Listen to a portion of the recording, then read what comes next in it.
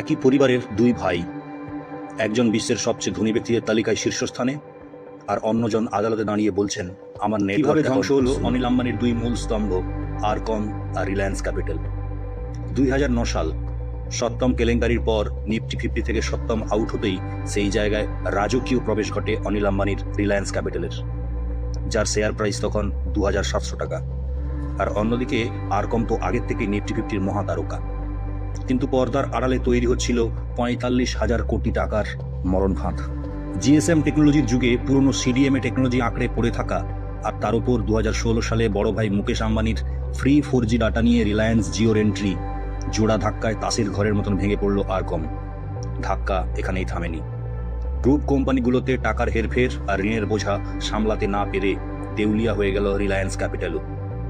2021 সালে সরাসরি আরবিআই এর হস্তক্ষেপে বরখাস্ত হলো পুরো বোর্ড। 844 টাকার আরকম 1 টাকায়, আর 2700 টাকার রিলায়েন্স ক্যাপিটাল 8 টাকায় নেমে আসে। সময় আর প্রযুক্তির সাথে তাল না মেলালে যে সাম্রাজ্য ধুলোয় মিশে যায়, এটাই তার সবচেয়ে বড় প্রমাণ। দ্য ফলন স্টার্সের এই এপিসোড কেমন লাগলো?